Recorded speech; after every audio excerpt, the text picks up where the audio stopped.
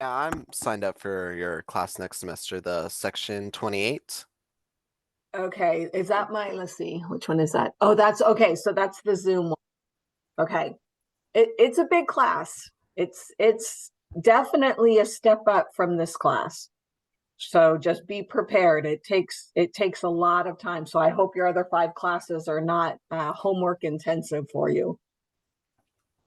Not too bad, just more other math business classes. Okay. You're going to be busy. Just be Hmm. prepared. You cannot put anything off. And with the business calculus, trust me on this, you do not want to miss class ever. The minute you miss one class, you miss a whole section. So it goes fast and there's a lot in it, a lot in it. So just be prepared. I mean, if you're mentally prepared, you're going to be good to go. Okay. All right. So a couple changes. Um, Next week is our last official test, and then we have our final. So what I did is I dropped that last section. So you will not be doing homework in chapter 7 or chapter 8. So it was just one homework for each. It was homework 23 and 24. So you will not be doing those. I already took those out. And then also quiz 13, I also took out. So that was the stuff over chapter 7 and 8. You're not missing a whole lot. If you want to know about logic and statistics, take a statistics class. That's where you'll learn the most. Um, those two sections are just kind of thrown in there. It's stuff that we're supposed to cover, but it's always at the end. So if we don't get to it, it's not going to affect the next class at all. So you're good. So that's 3 assignments that you don't have to do. Yay. So what I want you to do is next week, obviously, we're going to take our test on Tuesday. So a week from today is our next test. It's test 3. So just be aware of that. And then Thursday, we're going to kind of review a little bit for the final. It's not going to be a whole lot of review. So make sure that you are already starting your homework 25 is the review for the final. So you should already be into that. It's unlimited access, so you can go and come as much as you want. And the goal is 100% on that review. There's, I believe there's like 25 questions. It's quite a lot, but it's, trying to get you to remember all the stuff that you have to remember. So make sure that you're doing that. Don't put it off. And it looks like if you have not responded to my announcement slash assignment for what works best for you, there you do have an option of taking a final face to face on the Northwest Vista campus on Tuesday, if that works better for you than Thursday. Just let me know. And I need to hear from everybody. I think I've heard from about 7 people that the Thursday Zoom one works best for them, and that's totally fine. I just wanted to give you an option if that Thursday wasn't going to work for you. And Franco, obviously, you do not need to be there for that at all. So next week you can focus on your um, finals. So you don't have to be in class next week if you're Oh, if you're okay. needing that. So Thank you. so because we have a test on Tuesday and then the review Thursday. So it's up to you. If you want to, great, but if not, just focus on your finals. So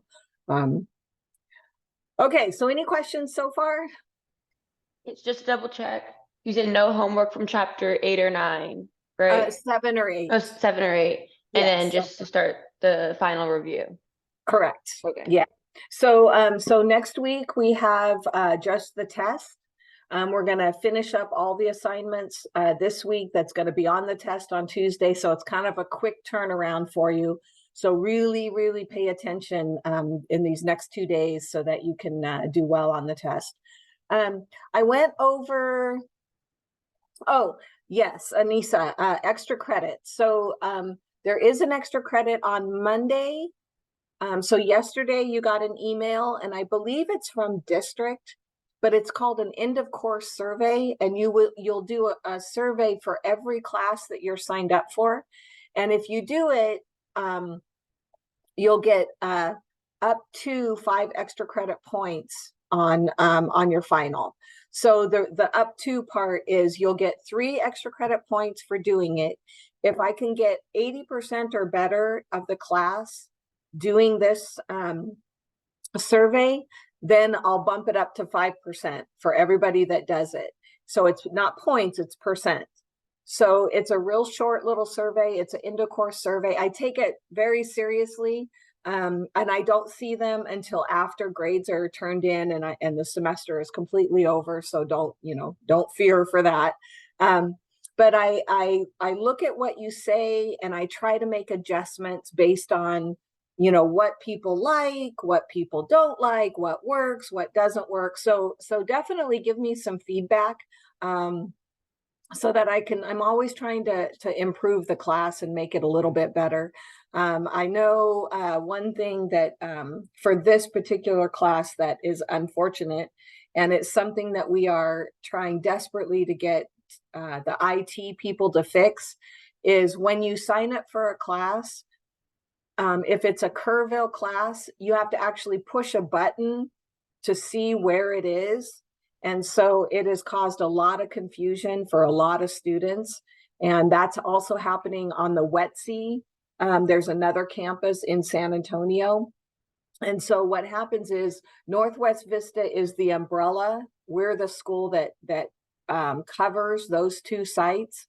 And so students will sign up thinking they're signing up for Northwest Vista, and they're actually signing up for, either the WETC campus or the Kerrville campus. So definitely when you're signing up, pay attention. Don't just pay attention to the day and time. Pay attention to where the campus is or where the class is actually working. So I appreciate all of you guys sticking with me. I know we had one other class in Kerrville and everybody dropped when they realized it was Zoom. So I am so grateful that you guys stuck with me and didn't drop. So hang in there. You guys are almost done, and please don't take your foot off the gas. Franco can attest to this, especially when you get into the next level of classes and the next level of university. Is you have to finish. You have to finish to be successful. So if you take your foot off the gas now, it could be very detrimental to your final grade. So don't give up yet. You guys can do this.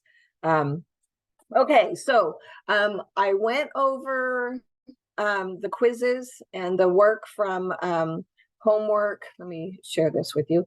From homework, simple interest and compound and continuous interest. And I just wanted to double check.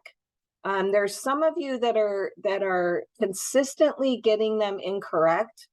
And for a lot of you, it's the rounding issue. So if you're rounding before the very end, it's skewing your answer. And so like some of you are getting an answer and you're maybe, $10 off. That's a rounding issue. You're rounding too soon. So never round until the very, very last step. So with almost all of these, if you use your calculator correctly, you don't have to, stop and re-enter information. You just keep it on your calculator and then continue with the next step. So rounding is an issue. The other part that's an issue is rounding to the cent. Some of you are reading that and you're rounding to 10 cents. So when you're rounding to cent, remember that's 2 decimal places. So if I had 23 cents, the 3 is sitting in the cent or the hundredth spot. So you want to round to 2 decimal places because it's money. So like on this one, round to the nearest thousandth. So again, that's 3 places. So when you're reading these decimals, think of the zeros. So in 1,000, there's 3 zeros. So you're rounding to 3 place values. 100, there's 2 zeros. So here's one, round to the nearest cent. And there was a lot of you that rounded to the nearest 10 cents. So that's what's throwing your answer, the rounding issues. So make sure that you don't round until the very, very last step. Otherwise, it's going to skew your answer, and then it's going to throw it at the very end. Okay. If you are consistently getting these incorrect, please stay after class or ask me during class, so we can fix the problem. With some of the calculators, maybe it's giving you a scientific notation. So it's saying like 1.3 times 10 to the negative 3 answer. And so you have to be able to adjust your settings on your calculator to make sure that you're getting the right answer. Okay. Anybody have any comments or questions on what we did with 3-1, 3, and 3-2?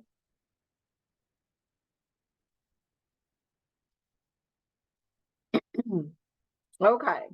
So on what we're going to go over today is what's called the future value. And so this is a completely new formula. And I'm going to go over when you use which one. So we have 2 more formulas. And these are super useful. And this is how you're going to do that car buying activity, is when we get to the present value, which is 3.4. So it's a really useful formula. In fact, my husband and I just went down in San Antonio, and we went to a couple different car dealers. He's looking for a new work truck. Holy cow, they are so expensive. Our first truck that we bought, new truck back in 2000, was $23,000, and it was cheaper to buy a new one than to go and buy a used one. And so we thought, oh, we'll just go and look at used ones. So we went to CarMax, we looked at used trucks, and they're anywhere between 32 to 55,000. We went, oh my gosh, that's so expensive. Let's go look at used trucks. They were 80,000 and above for new trucks. We were shocked. He was so depressed. He's going, how do I work so stinking hard and can't afford a truck? So that's where these formulas come into play. Is you're going to be able to, I guess I should show you the formula. You're going to be able to use these formulas to, one, figure out how much money you need to put in every month into an investment account, or you're going to be able to figure out how much do you need to spend, or how much you're going to actually spend if you get a loan. Okay, so this first one is called the future value, and think of it as you're saving for the future. So this is how I like to write the formula. Let me get my stuff ready here. In your My Math Lab, they have a different setup. And it's different only in that they change the value. They change the variables that they use. So in My Math Lab, they use this formula. So FV stands for future value. So this is the same as your ending amount. Okay, so in the continuous compound and compound interest, the A, right, was your ending amount. So that's the same thing. Move this over a little bit. So ending amount. So that's your future value. So the way that they have it, the PMT, okay, so PMT is your payment. So the difference between compound and continuous compound and simple interest and what we're doing now is now we're making payments. You may make a payment once a year. You may make a payment once a month. 4 times a year is quarterly. It's just you're putting money into this account. So you're consistently putting money into the account. That's the big difference between these two, the compound interest and then the future value formulas. So you're investing money is what you're doing. And then this should look familiar to you, right? The R over N is your I. So remember, the R is your rate, the N is the number of compounds. So this number of compounds, that's what's going to change. So if it's annually, 1 time a year, quarterly, 4 times a year, monthly, 12 times a year. And then you're raising it. Again, this is, I think it's N, not M. This is, again, how my math lab is writing it. And then -1 all over I. Okay, so the N in my math lab represents the number of compounds times, excuse me, the time. Okay, so think of the N is the number of months that you're going to get interest. That's what that N means, is the number of months that you're going to get interest. Okay, so some of these, they're going to give you the I. Others, you have to calculate the I. So it's the rate divided by the number of compounds, and I'll show you how that's done. Yes, so Sophia, sinking funds is another version of this future value, and I'll show you what that means. Whenever we're looking for sinking funds, you're looking for the payment. And in my math lab, this is where they solve for the payment first, and then they have you just plug the values in. You're going to have to decide what works best for you. I'm going to show you 2 different ways to do it, and then you guys decide what works best. But these two, the future value and the sinking funds, is the exact same formula. Just future value is solved for future value for the ending amount. The sinking funds is solved for the payment, and I'll show you how they get this formula. Okay, so it's not a big, there's not a big difference. You can use only this one, only the future value, and you can still get the payment, and I'll show you how that's done. Okay, so that's what all of those variables mean. PMT is one thing. It's not P times M times T. It's just payment. Okay, so don't look at that as 3 separate things. It's just one variable, and it's the payment that you're making. Okay, all right. So let me show you how to, I got to get all this stuff out of the way, how to do this. So with your calculator, you want to remember that your calculator is only as good as the person using it. Okay, calculators don't understand order of operations. It's the person putting in the numbers that has to understand order of operations. So what I'd like you to do is have your calculator with you and do this with me, because that's the only way you're going to get real comfortable with your calculator. Hopefully you all have the same one that I have. I have the TI-30. If you don't, you're going to have to play with your calculator a little bit to figure out how to use it in the right order. Okay. All right. So here we go. So we have our payment. We have our time is 7 years. Our number of compounds is quarterly. So this is a 4. Our rate is 6.5%. So as a decimal, remember you have to move it over twice. And we're looking for future value. Okay, so the first thing that you always do is you want to calculate your I. Okay, so the rate is 0.065 divided by quarterly, which is 4. And what this does is it just kind of cleans it up as you go. So we have 0.01625. Notice I'm not rounding. Don't ever round. And even if you have to write seven digits out, write the 7 digits out, because otherwise, like I said, it will skew your answer enough to where my math lab will say it's wrong. Okay, and what's hard is when I'm grading the quizzes, when I'm going over the quizzes, I try to give you credit, and I try to look at it and go, well, they had to have been close, right? They had to have used the right formula. Because you're, within a few cents. So I try to give you credit if it's a rounding issue, but sometimes it's hard to know if you rounded way too soon.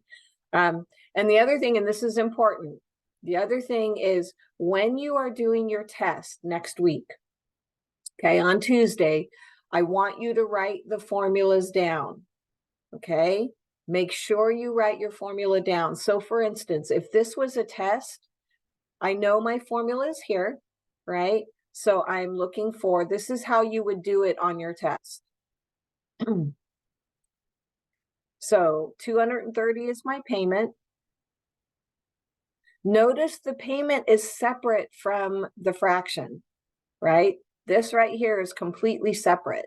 So it's not part of the top and it's not part of the bottom. That's what you're going to do very last. And then 1 plus 0.01625 raised to, so my n is 7 times 4, which is 28. So that's how many months, that's how many times I'm going to get paid interest.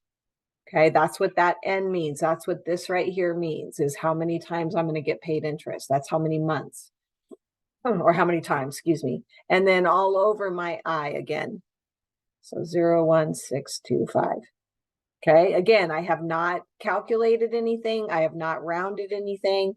I'm just writing everything down. So if on your test, if you write this, if this is something that you have on your paper, but somehow something, messes up and you don't get the final answer right, I'll still give you partial credit. So it's super important that you write down, where did you put the information?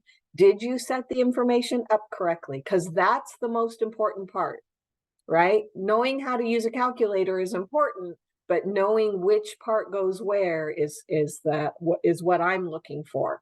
Okay. All right. So any questions so far?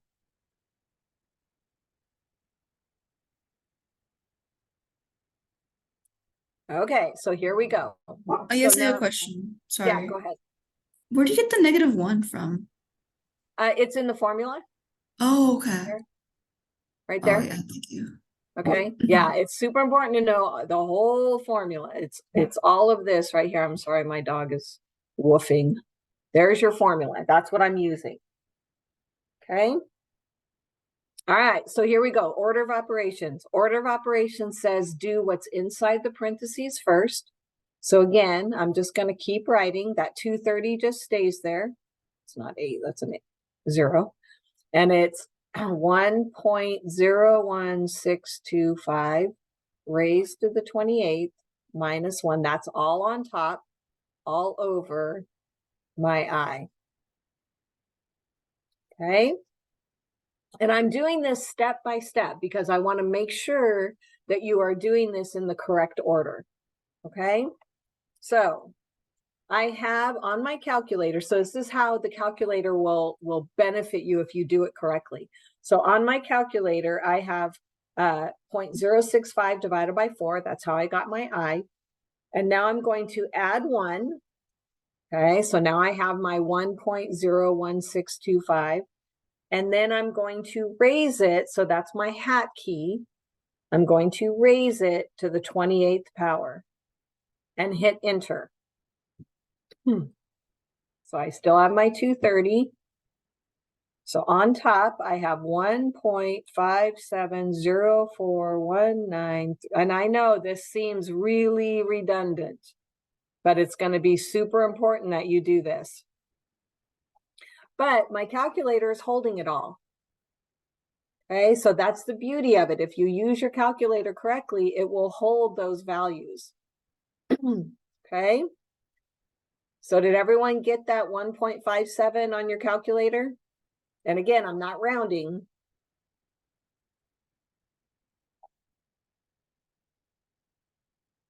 Okay, now I'm going to subtract 1. So on top, so I still have my 230. On top, I have 0.570419361 divided by 0.1625. Okay, so I'm still not rounding on my calculator. Now I'm dividing by 0.01625 and hitting enter again.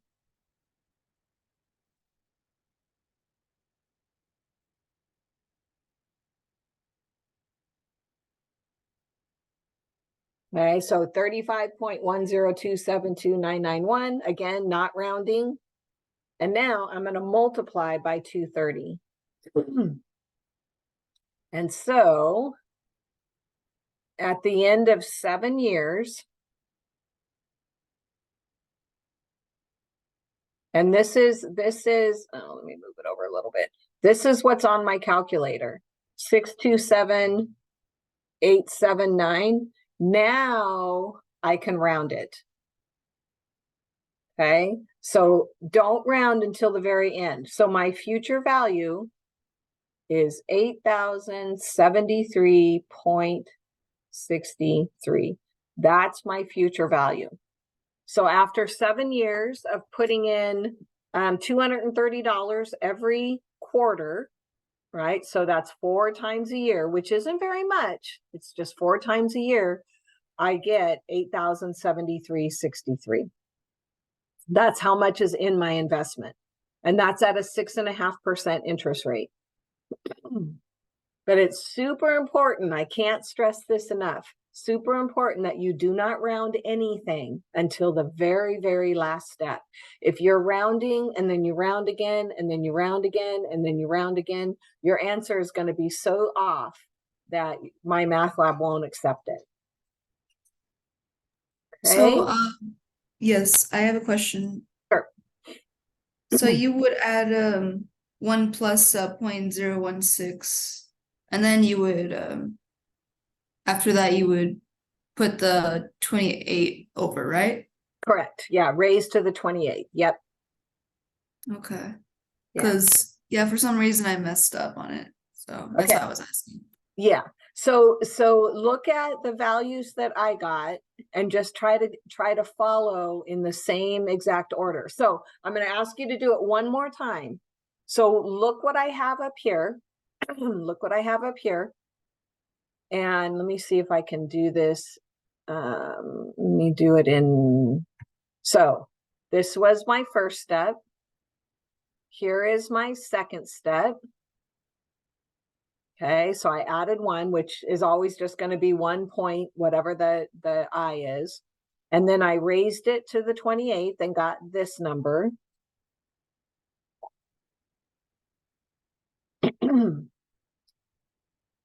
And then I subtracted 1 and got this number. And then I divided by 0.01625 and got this number, the 35. And then I multiplied and got this number. So there is a series of steps that you have to take when you're looking for future value. And once you learn how to use your calculator correctly, then you can trust the answer.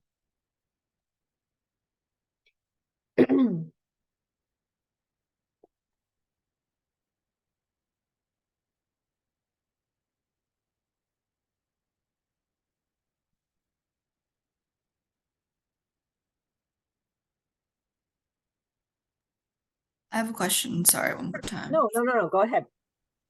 For the first part, just FU, you would just take it off immediately, right? Well, It this is doesn't what matter. this is FV actually. Oh. This is what we're solving for. Uh-huh. That's future value. That's the ending amount. So that's what this 8,073, that's what that means. Mhm. That's your future value.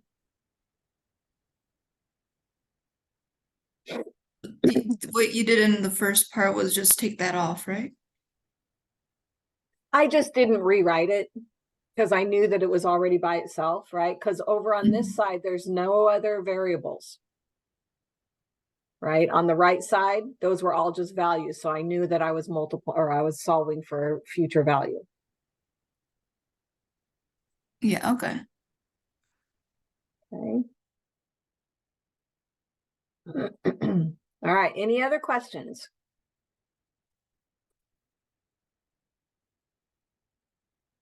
So again, be very diligent about making sure that you're following order of operations. Okay, you want to get an answer for everything on the top, and then you'll divide, and then you'll multiply. Okay. I have had students try to just put this whole thing into their calculator, and sometimes it works and sometimes it doesn't. It just depends on how they enter it. So that's why you have to know your calculator, and it has to be a handheld calculator. When we take our test, I'm going to ask everyone to show me their handheld calculator. Okay, so another question that you're going to get in my math lab is it's going to ask you to find the interest. Okay, so the interest means this is the amount of money that you're paid to invest, to invest your money. So when you open an investment account, so let's say I put in, $5,000 in this investment account, and then I put in 5,000 every year, 5,000 goes into this account. Those are considered periodic payments because I'm adding money. And so I'm going to get interest on the amount that I'm adding in. Okay. So interest is a big deal when you're investing, because you want to make sure that you are earning as much as you can. When we're in the other one, and you have a loan, that's when interest kills you, because you may go in and buy a $50,000 car, and at the end of 5 or 6 years, you will have paid 75,000. And that difference, the 25,000, that is the interest that you've paid. So you really want to be careful with interest. It can be your best friend or it can be your worst nightmare. What we're finding in student loans, and this is why I highly recommend that you do not take student loans, or you limit the loans that you get, is people in their 50s. So they went to college like you guys, they got all these student loans, and now they are 30 years later and they're still making payments. So it's actually worse than a house loan, because there's no end in sight. And so they are paying all of this money. They may have had a $30,000 student loan, and by the time they're done paying it, if all they do is make just your basic payments, they've doubled what their schooling actually cost. And there's a lot of people that have $200,000, $300,000, $400,000 in student loan debt. They will never pay it off, because you cannot go into bankruptcy. Your student loans are not part of a bankruptcy. So even if you can't pay anything else, you still pay those student loans. So to me, this is my personal opinion, it's a racket. It is 100% a racket. They know that they can get students, young people, to get a loan that they'll never pay off. And so it's easy money for the loan companies, which is, it's a crime. I'm telling you, it's a complete crime. So how you find interest, that's my soapbox for the day. How you find interest.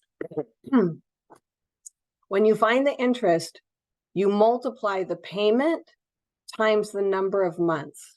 So in this case, our payment was $230 and we made 28 payments. Remember, that's what the 28 represents, is how many months you've made payments. So if you do 230 times 28, that is $6,440. So if this was your investment, that's how much money you put in. The difference between the future value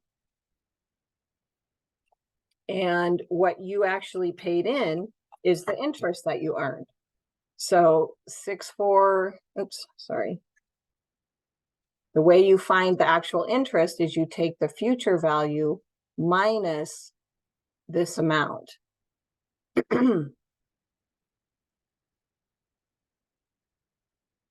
And that is your interest. I'm sorry, I'm going to move this. Okay, so in this case, it's 80 or 8,073.63 minus the 6440. And so the amount of interest that you earned is 1,633.63. So that's your interest.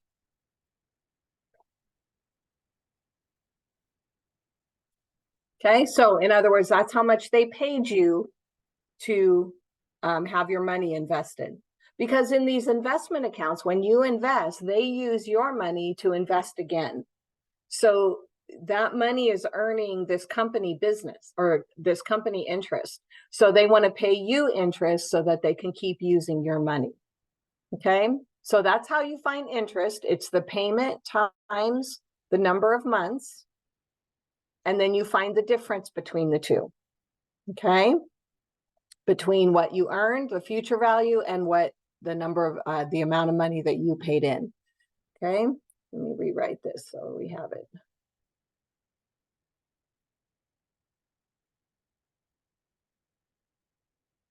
Okay, so any questions on those? That particular one? Now there's going to be quite a few word problems. Just have a question. Yeah, go ahead. So you wouldn't have to put an N for like 1/4? Because on one of the questions on the homework, I had to do that. Well, that what they were asking you is in the simple interest. They were saying that if you had 4 months out of the year, that's where it's 1/4. But if these are compounds, you're getting paid quarterly, which means 4 times a year. So it's a little bit different. Two different questions. Okay. For simple, it would just have to be the fraction, right? Yes, because simple interest is always less than a year. And remember, time is always based on a year. So those 4 months would be 1/4 of a year. Thank you. Okay. Okay, so we have word problems. Don't panic. All you're going to do is identify what each number represents. Okay, you know what the variables are, so you're just identifying what each number represents. So annuity is just an investment. An annuity can be a loan also. So it's just money that's sitting in an account, whether it's a loan or whether it's an investment. So don't let that term throw you. It means it's the same. You use it the same, whether we're doing investment or a loan. Also, the thing to look for in future value, because this is going to be important. In future value, your exponent is positive. Okay. When you have a positive exponent, this always means growth. Okay, so you're growing your money. When we get to present value, you're going to have a negative exponent, and that means decay or a decline. Okay, so that means you're going to be paying down a loan. So with future value, we have a positive exponent. We're growing our money. Okay, so that's what I mean when I say investment. You're growing your money like a savings account. Although banks don't pay very much, so you want to do it in a CD or some investment, an IRA or a Roth IRA. Okay, so here we go. You have 7.25% compounded monthly. So this is your rate. Let me get a different color here. So this is your rate. This is the number of compounds. So since it's monthly, your M is going to be 12. $1,000 is deposited. So this is your payment into this annuity every month. How much is in the account after 15 years? So this is your time. And how much of this is interest? So this is a type of question that you'll see on your My Math Lab. All right, so here we go. You have all the information you need. You know your I is the rate written as a decimal divided by the number of compounds. And I'll always do this first. I always do this off to the side just because I know I'm going to need it. So it's point, and again, do not round it. Okay, so there's your I. The N is the number of compounds times the number of years, which is 15. So 12 times 15. So these are all numbers that you're going to need. So that's why I do it first, because I know I'm going to eventually need those. All right, so I can set it up. I want to know how much is in the account after 15 years. So I'm looking for my future value. So my payment is $1,000. Again, that's separate from my fraction. So it's 1 plus I. And it was 0.0725 divided by 12.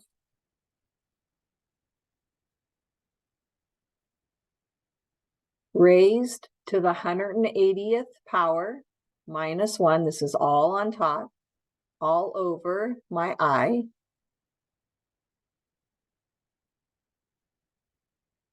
Okay, so now we're going to go through this process again. I'm going to add 1, and you're going to see it's going to get faster and faster and faster. I just want to make sure that when you look this over again, that you can follow it and that your calculator is doing the same thing.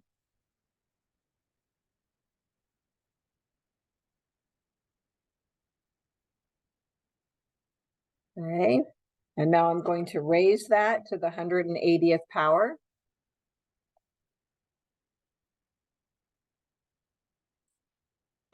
So I have 2.9571566.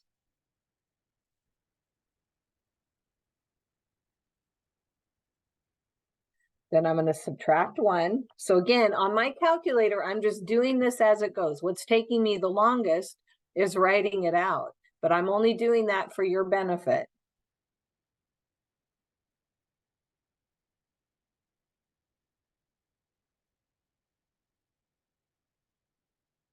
And then I'm going to divide.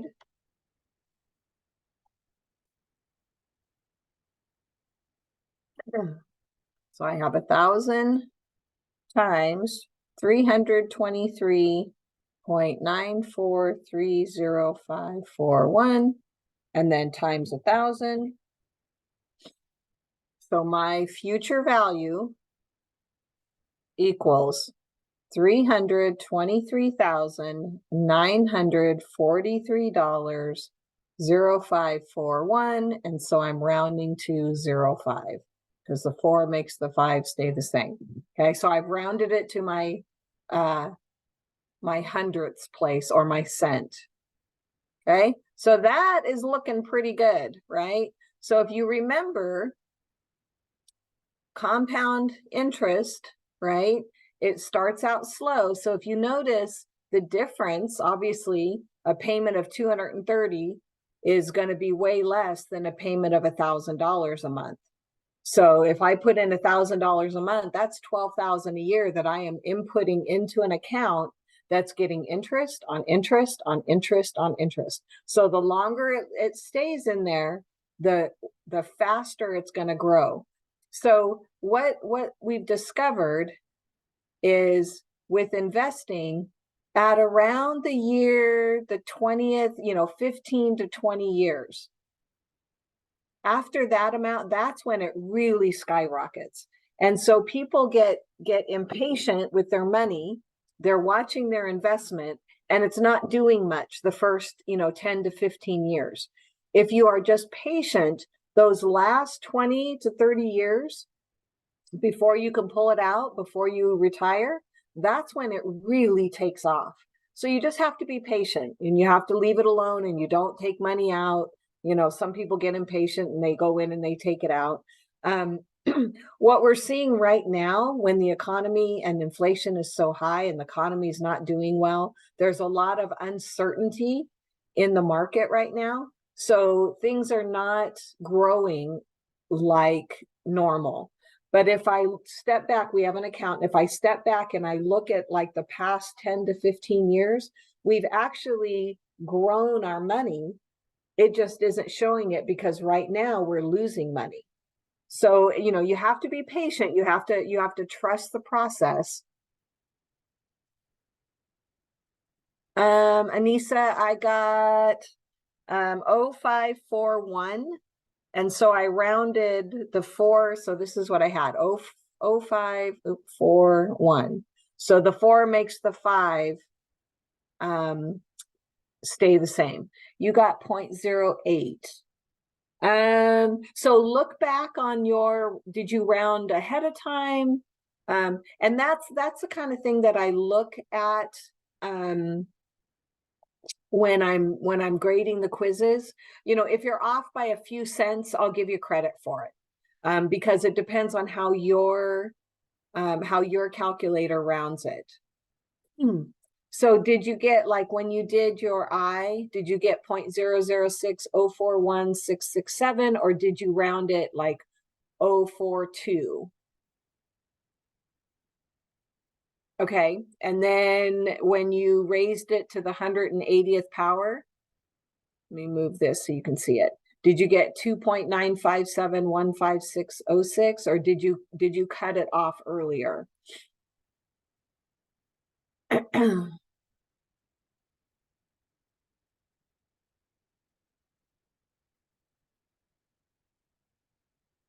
And this is a okay.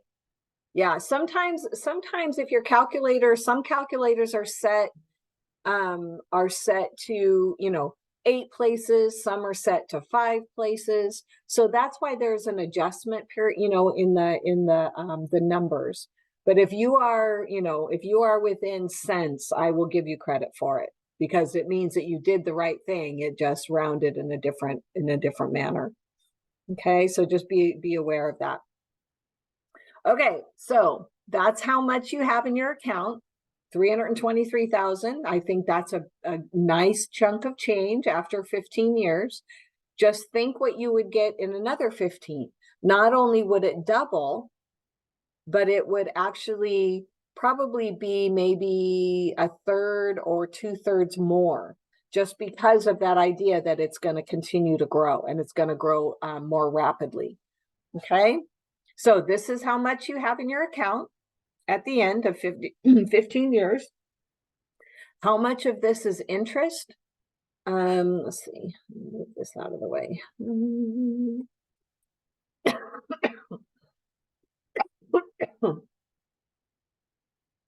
Okay, so the interest, remember, is found. You take your payment times how many payments you made. You made 180 payments over those 15 years. So that is 18 with 4 zeros. Okay. Then you find the difference between the two, what you ended with and what you actually put in. So this really shows the difference. So you had 323,943.05 minus 180,000. So your interest, so this is how much you earned, was 143,943.05. Okay, so this is your interest earned. That's what you are paid for 15 years.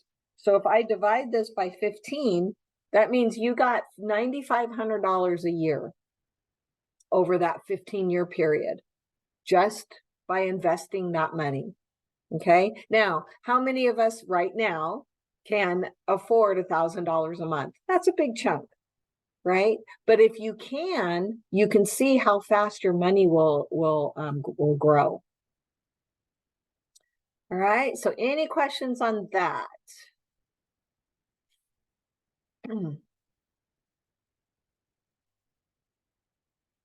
Okay, so now we're going to do what's called a sinking fund. So the sinking fund, I'm going to show it to you.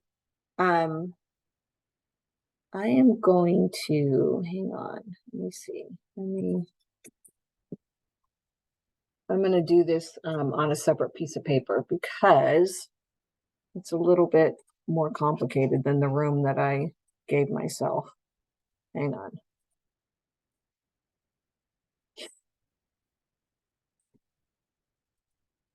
Okay. I wanted to.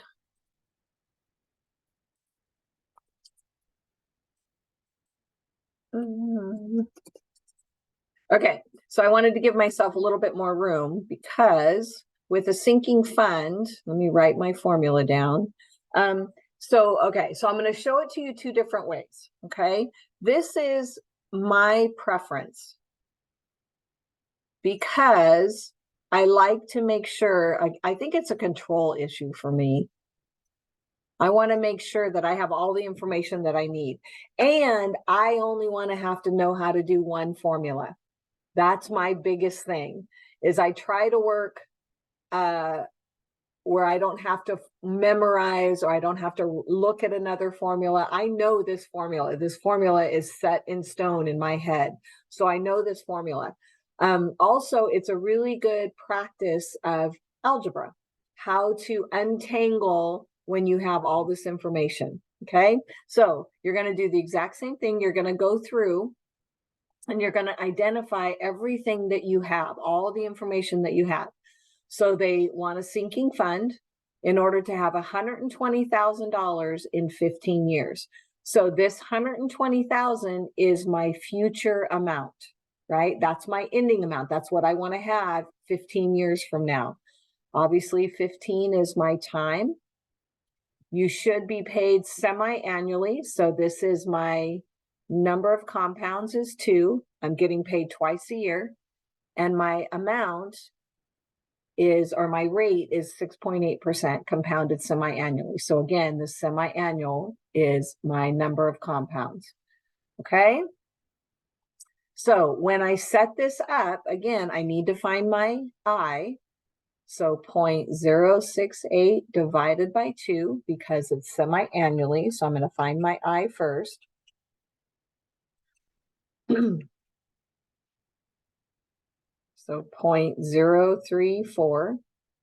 My N is 15 times 2. So time times the number of compounds, which is 30. So again, what this means is I'm getting paid 30 times over the 15 years. Okay, so now let's put our information where you know it belongs. 120,000 is my future value. I want to know what my payment is. See this right here? How much should be paid semi-annually? So in other words, what's my payment? 1 plus my I raised to the 30th power minus 1. This is all on top, all over my I. Oops.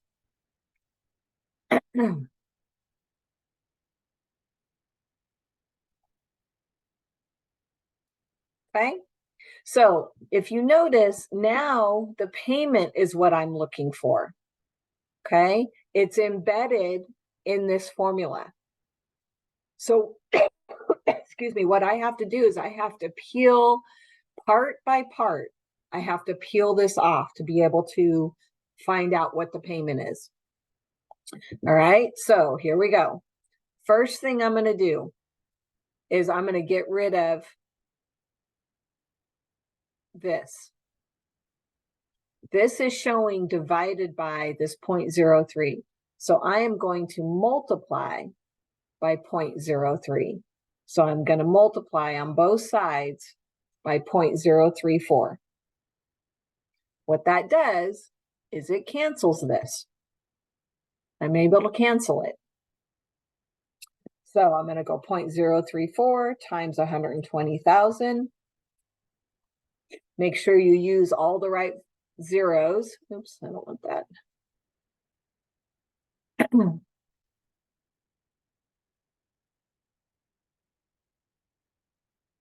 So 120,000 times 0.034 is 4,080. So if you notice, and I'm going to go ahead and add right inside the parentheses, this is always something you can do easily. Now I have payment times this. Everything on top is fair game now. I've gotten rid of the denominator by multiplying both sides. Okay, so now I can work inside these brackets and get a value. So 1.034 raised to the 30th is, again, I'm going to do this and write everything down so that your calculator, you can make sure your calculator is doing the same thing.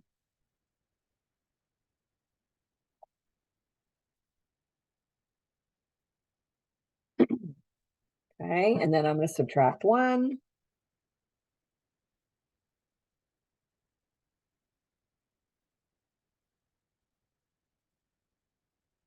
Again, not rounding anything.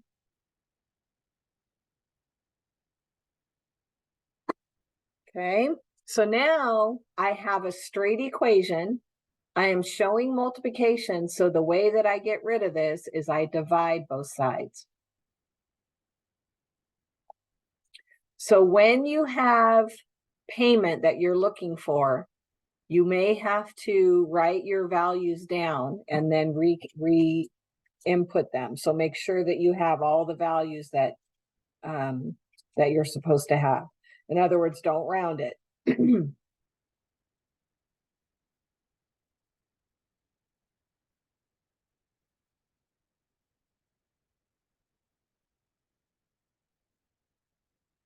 Okay, so when I divide 4,080 by 1.7265, I get 2,363.07. So my payment is 2,363.07 rounded to the cent. So that's how much I need to put in for how many years? For 15 years, getting compounded semi-annually. So in other words, I'm only getting money twice a year. I'm only getting interest twice a year. And so that's why it's taking, you know, it's taken more per month than the $1,000 a month. Because the $1,000 a month, I was getting interest every month. This one, I'm only getting interest twice a year. Okay. So in order to have 120,000 in the future, I need to put in 2,363 twice a year into this account.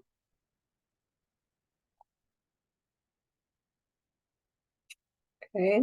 Now, what I wanted to show you real quick, and then we'll take a break, is in my math lab. Let me get out of here.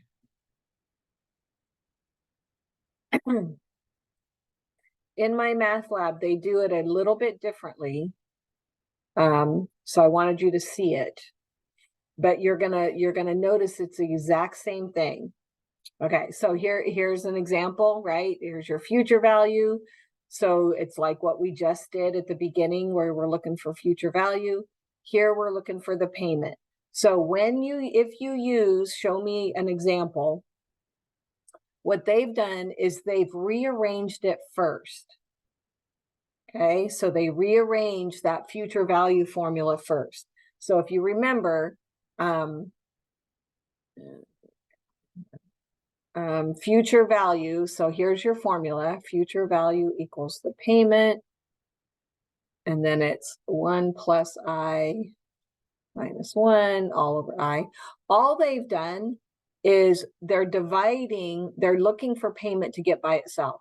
So they took this whole thing, they flipped it over and multiplied by future value. That's how they got this. Do you see it? Here's the I is now on top, and the 1 plus I raised to the n minus 1 is now on the bottom. They just flipped it over and multiplied, which is what you do with a fraction, right? When you're dividing by a fraction, you flip it over and multiply. So if you choose to do it this way, this is completely 100% okay. You can do it this way. I just don't want to have to memorize this. I like to use this one. And I just solve it based on, you know, my algebra skills, but you can use it with this one. You just flip the part over. And then what they do is they have you plug in the values, right? So it looks kind of complicated. It's really not. The future value is 7,500. They just haven't put it in yet. But they have the I. So this one, the I is calculated for you. So sometimes it's calculated for you. Sometimes you have to calculate it. And then they do order of operations from there. Okay, so what they did is they got all of this to be 0.0174415, and then they multiply that by the 7,500. Okay, so it's completely up to you how you want to do it. If you use the sinking fund where it's already set up for payment, just make sure on your test that you write this down, so I know how you set it up. Okay, make sure you show me which formula you use. That's the most important part to me, is that you show me which formula you used. Okay. All right, we're going to stop there. Come back at about 1/4 and we will continue. There's a couple other parts that we need to be able to solve for, and then we'll start back up again. Okay, 1/4.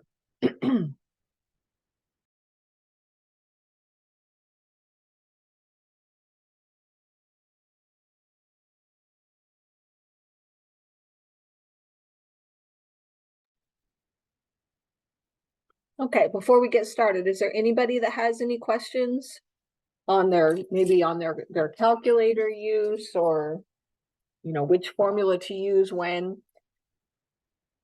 Which I have a whole PowerPoint on that. So I will definitely show you that. Because by the time we're done with chapter 3, we'll have 5 different formulas, and you have to know when to use which one. So that's going to be the challenge on this next test, is knowing when to use which one. I have a quick question about the homework. I was just looking through it. And the bus assignment, is that not available yet? Because I tried opening it, said access denied. The homework one, or the review for the final? No, it's like the bus assignment. Oh, no, Or the car buying one. yeah, no, that should be open. It says access denied. I was trying to look, I was like looking through everything. Okay, I wasn't able to. And are you looking, let's see, are you looking in the modules? In assignments. Okay, let me look.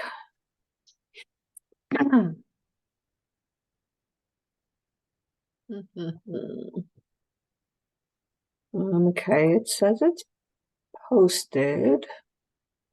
I just opened mine. Can you try it one more time? Yeah. Is it when you open no, it's opening the So, page. yeah, I can like open the page, and then when I go to click the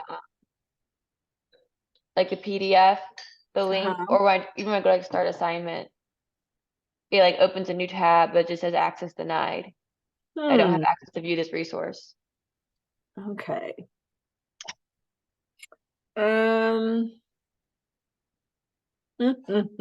Let me hang on. Let me see. Went to the store. Mhm. The big store. Okay, let me save it, or put a PDF in there. Maybe that's what's holding it back. Some people, if you don't have the Word you know, app on your, are you doing this on your phone? On my laptop. On your laptop. Okay, so it should open. Let me save it as a PDF. Hang on a minute.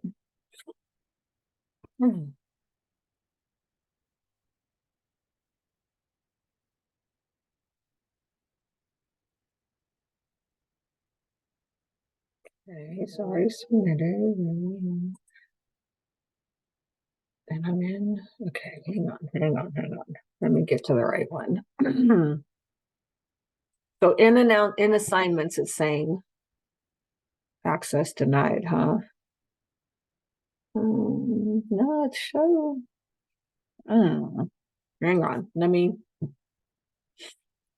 put it.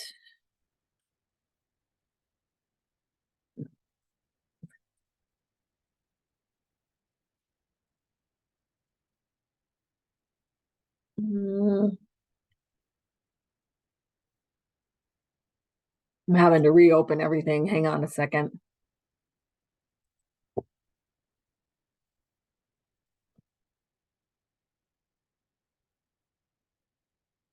So you can, when you go to open the, I'm sorry, Katie, stop.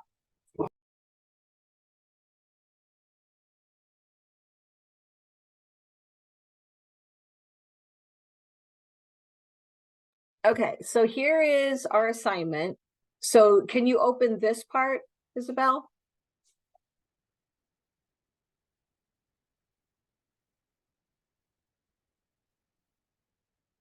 So here's our class.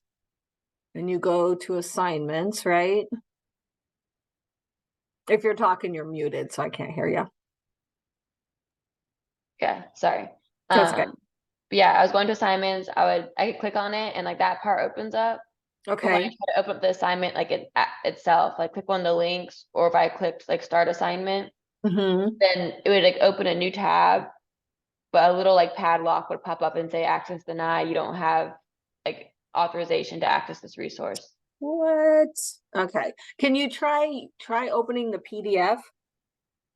Okay. Is anyone else having trouble opening this? Yeah, I Is this did. about the instructions?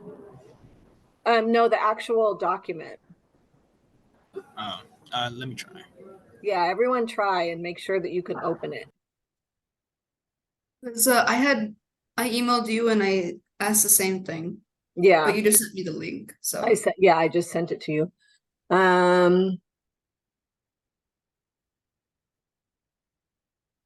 That's weird. Is anyone else having trouble with it? Should I open the PDF you said? There's two Yeah, links. try the PDF. Okay.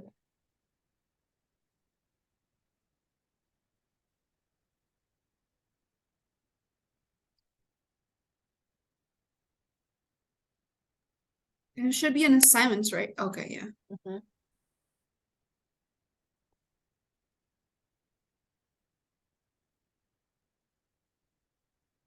So the docx is what's causing the problem, Dylan. Can you try the PDF, Dylan?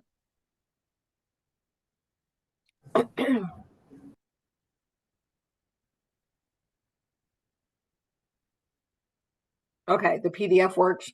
The PDF works for me, but not the other. Okay, all right. Yeah. So there's something with this one. Okay, so as long as the PDF works for everyone, then I'll just leave that there for now. Okay, perfect. All right. So you know, and it might be like the version of your Microsoft. If you guys don't have Microsoft, that's probably why. So as long as the PDF works for everyone, we're good to go. Okay. All right. And this one is actually fun.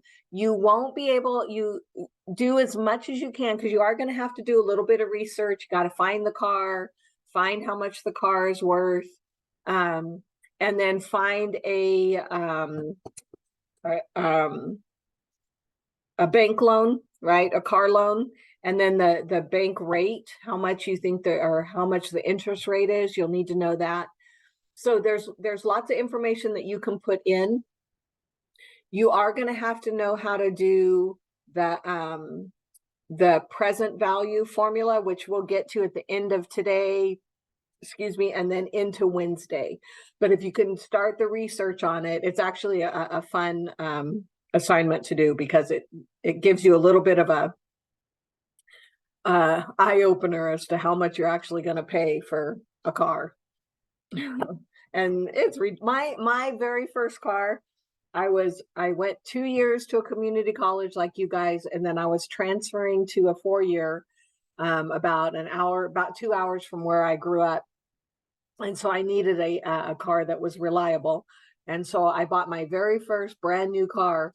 I paid $6,400 for it, but it was under the Carter administration. So you think interest rates are bad now. I paid, because it was my first car, I had to have a cosigner to even get the loan. 18% interest. That's how much interest I ended up paying.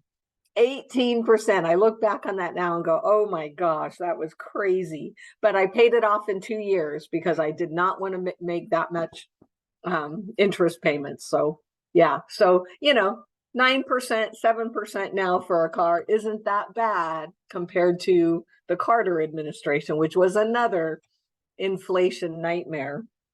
So you can live through it, but man, is it expensive. So okay, so what I'm going to do is just show you a couple more. I'm just going to set these up. I'm not going to actually walk through the process because that is better for you guys to be able to, walk through the process yourself. I will give you what the answer is. I'll come back in and type that in before I do the final answer. But there's two more that I wanted to do before the end of class. Okay, let me just get this done first. Okay, so again, first things first, always go through and pick out the information that you're going to need and what that information represents. And then it's a matter of just placing it in the formula in the right spot. So deposits of $7,500 are made each year. So this is your payment. Each year means it is annually, which is saying it right here. So that is your M, the number of compounds is 1. Even though you're only making one payment a year, you're still adding money in. And that's the biggest difference between what we're doing now and what we did last week. What we did last week is we had one lump sum. We never added any more money to it. It was just interest. Now we're continually adding money once a year, once a month, once a quarter, whatever it is. And then 8% is our rate and time is 20. Okay, so again, first things first, you always find your I. So 0.08 divided by 1, which is just 0.08. And our N, our number of compounds, is 20 years, one time a year, so it's 20. Okay, so now we have all the information we need. We want to know how much will be in the account after 20 years. So again, we are looking for our future value. Payments of $7,500. 1 plus 0.08 raised to the 20th minus 1 all over 0.08. Okay, so you guys know how to do this. Future value is what you're looking for. Order of operations says do the parentheses, raise it to the exponent, subtract 1, divide by 0.08, and then take that answer and multiply it by 7,500. Okay, so I'm just going to give you the answer.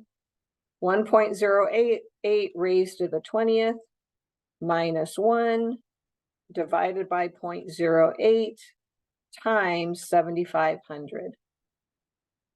So it's 343,214 point, and that's 7322, so 0.73.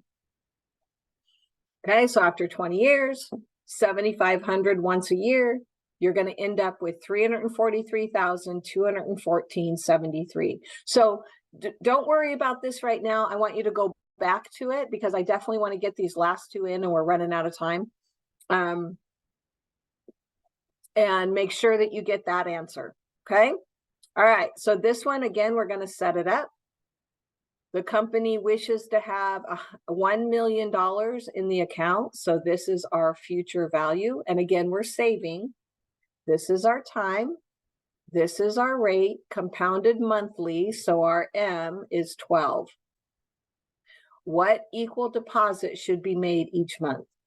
Okay, so this is a great one. You hear all the time, especially since I'm getting more towards retirement age, which is crazy. I just can't believe that. Goes so fast. Is they say, oh, you should have $1 million in your retirement account in order to live, you know. And I went, yeah, right. No, that's not going to happen. Okay, $1 million. Now, remember when we talked about last week is if you start now in your 20s, there is a very good chance you could have $1 million in your retirement account by the time you're 65. So start now. You can do it.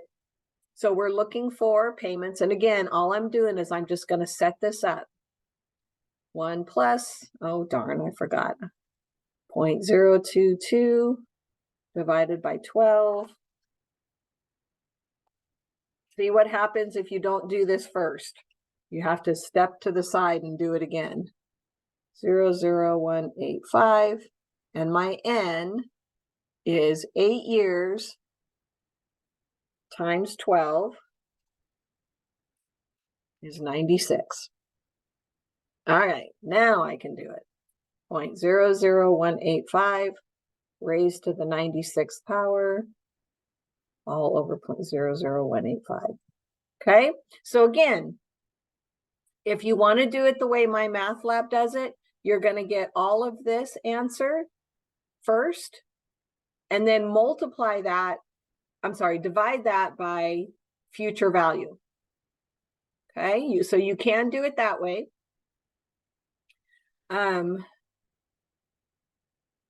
If you're going to do it the way I showed you, you're going to get this whole amount and then divide by $1 million. So 1.00185 raised to the 96th power minus 1 divided by 0.00185. So again, like I said, you can get fairly quick with this.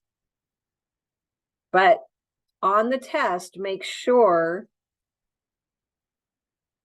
you write down what, you know, exactly like I did here. Make sure you write down which one you're using. So now I'm going to go 1 million divided by 104.9467767. So my payment is going to be 95.2864. So the 9, I have 0.639. So the 9 makes the 3 go to a 4. Okay, so I need to put in $9,500 every month. Oh boy, wouldn't that be nice to be able to have $1 million at the end of 8 years. So man, if you're making a bunch of money and you can do that, do it.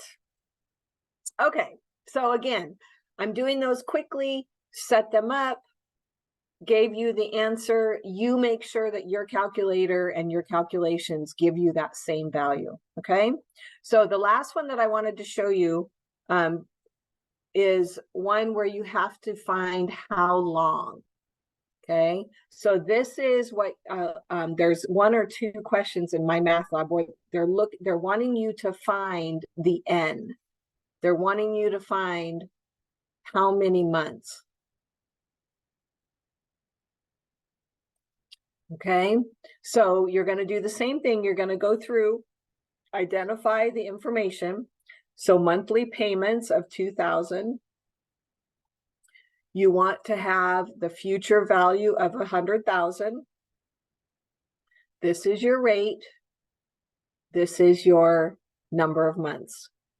Okay, so you're looking for time, or you're looking for that N value. Okay, so my I is 0.066 divided by 12.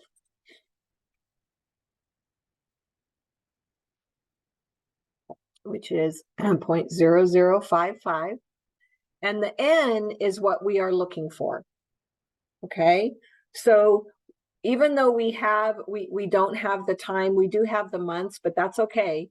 Remember, the N is the months times the number of years. So we can figure that out later. But what I want you to concentrate on is how do we find the number of months that we're working on? Okay, so we're going to plug our values in. So 100,000 is our future value.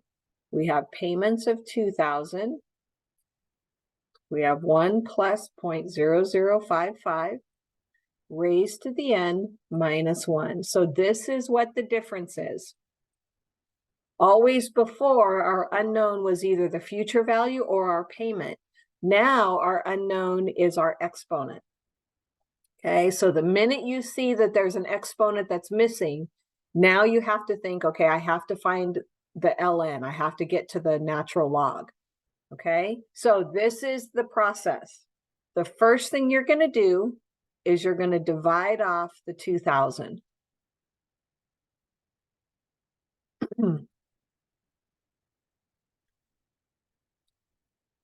There's your first step.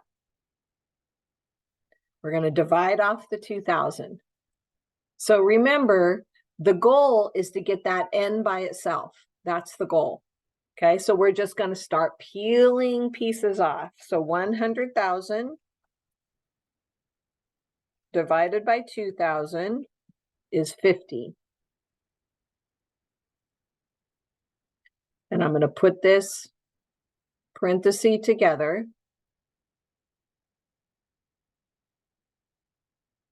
Okay. So again, we're good. We're breaking it down so that we have less and less and less to work with. Okay.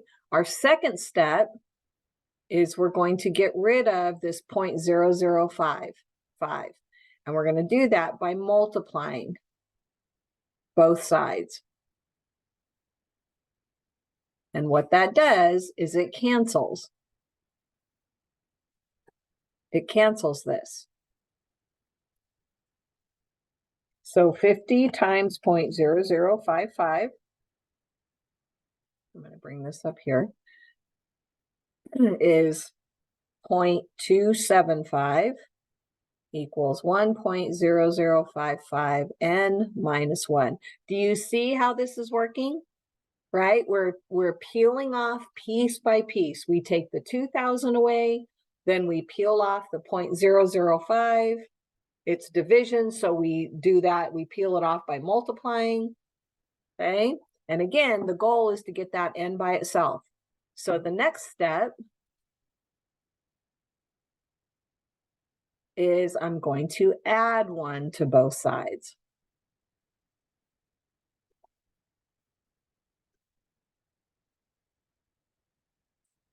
Okay?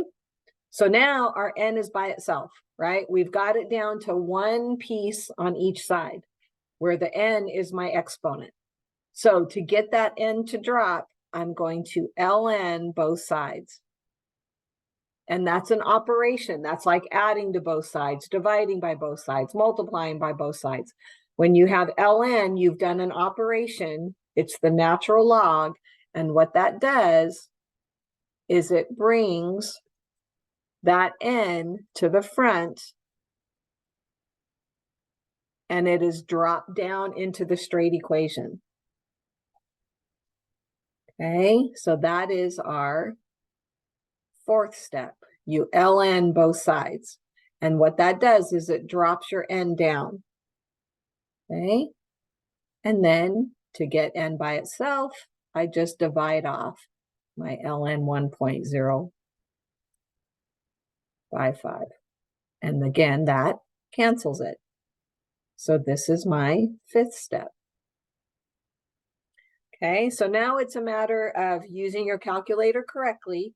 You're going to do ln 1.275, close the parenthesis, divided by ln 1.0055, close the parenthesis, and your n is 44.29339. So this is the number of months. Okay, now be very, very careful. My math lab, and I'm going to show it to you. My math lab, let's see if I can find the right one here, says, these are all round to the nearest dollar, round to the nearest cent. Here we go. So this is the one that I'm talking about. See how it's n equals question mark? Round up. This is the key. Everybody gets this one wrong. It says round up. to the nearest integer. So remember, an integer is a whole number. Okay, so rounding up to the nearest integer, what that means is it takes 45 months. Even though 2 makes the 4 stay the same, you're still rounding up. Big difference. Okay, and that's why people get this one wrong all the time, because they don't round up to the next month. So it takes 45 months at 6.6% compounded monthly in order to get $100,000 when I put $2,000 in every month. Okay, so there's the process when you're looking for N. It's what I want you to concentrate on is maybe not necessarily step by step, like, oh, what's the next step, but think through algebra. You are peeling everything off so that you get your N by itself. The N is what we're looking for. And because the N is the exponent, you have to ln both sides. Okay? Any questions on that? And hopefully you guys are going back to OneNote and going back to the recordings if you aren't sure how to do it. All right. Now in my math lab, let me see. I just want to make sure that I'm not telling you anything. Yeah. Okay. So it has you set it up exactly the same way. But do you see how it kind of does it, it gives you 2 or 3 steps at a time? I don't like that. Just take it one step at a time. You divide by 500, you multiply by 0.05, you add 1, and then you ln both sides. Okay, that's going to be key. Here they have you flip the 500 and 0.05. To me, that's confusing. Just divide off the payment, multiply by the bottom, add 1, and then go from there. It's just a matter of peeling everything off as you go. Okay? All right. The other thing that I wanted to show you before we are done is, I know we haven't gotten to it yet. So this is going to have to be on you because we're running out of time, and I tried to get rid of as much as I can. So this is the review for chapter 2. So remember, your test next week is on chapter 2 and chapter 3. Okay, so what I'm in the process right now of getting the solutions for this review, and then I will post it. I'll put it here in OneNote, and then I'll also put it in under chapter 2 review and chapter 3 review in our modules, so that you'll have it with the solutions, and the solutions will all be worked out. I'm trying to show as much of the steps as possible. What I would suggest is that you start now reviewing chapter 2, right? Because we didn't take a test on chapter 2. So your test is going to be both chapter 2 and chapter 3. And the chapter 2,